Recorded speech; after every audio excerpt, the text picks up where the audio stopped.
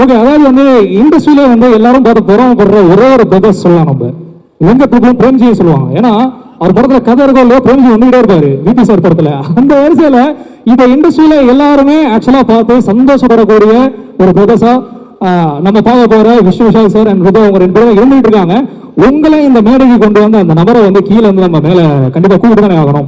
சரி, இப்போ ஒரு ஆங்கரா வந்து நான் ஒரு நிறைய விஷயங்கள் அவரை பத்தி நான் ஆடியன்ஸ் கிட்டே நான் பேசினேன், நானும் இப்போ வரைக்கும் பேசிக்கிட்டே தான் இருக்கேன். உங்க பிரதரை இந்த ஸ்டேஜுக்கு நீங்க எப்படி இன்வைட் பண்ணுவீங்க? ஓகே ஓகே டக்குனு கேட்டானே என்ன பண்றேன்னு தெரியல. கேட்டிங்களே என்ன சொல்றது. ரைட், ஓகே, யூஸ்வலா சொல்லுங்க, ஒன்றும் பிரச்சனை இல்லை. Okay, so please welcome the dashing charming star Vishnu Vishal on stage please.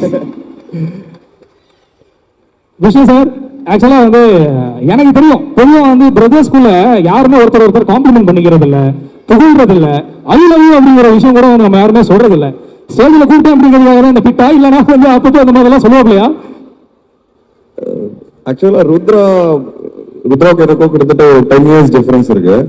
So எங்க டைம் லைன்ஸே வேறையா இருந்தது. ஸோ எங்களுக்குள்ள காம்படிஷனுங்கிறது இல்லவே இல்லை. எப்பவுமே ஜாலியாவே இருப்போம்.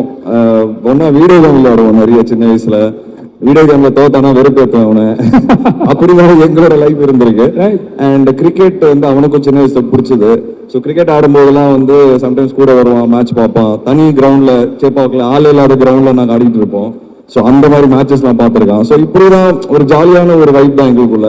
பட் இப்போ ஆஃப் லேட் வந்து இந்த கரியர் சம்பந்தமா நிறைய ஆர்குமெண்ட்ஸ் வருது.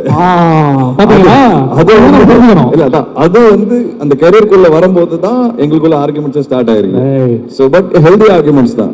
ஏன்னா ருத்ரா வந்து முருகதாஸ் சார் கிட்ட அசிஸ்டன்ட் டைரக்டரா ஒர்க் பண்ணியிருக்காரு.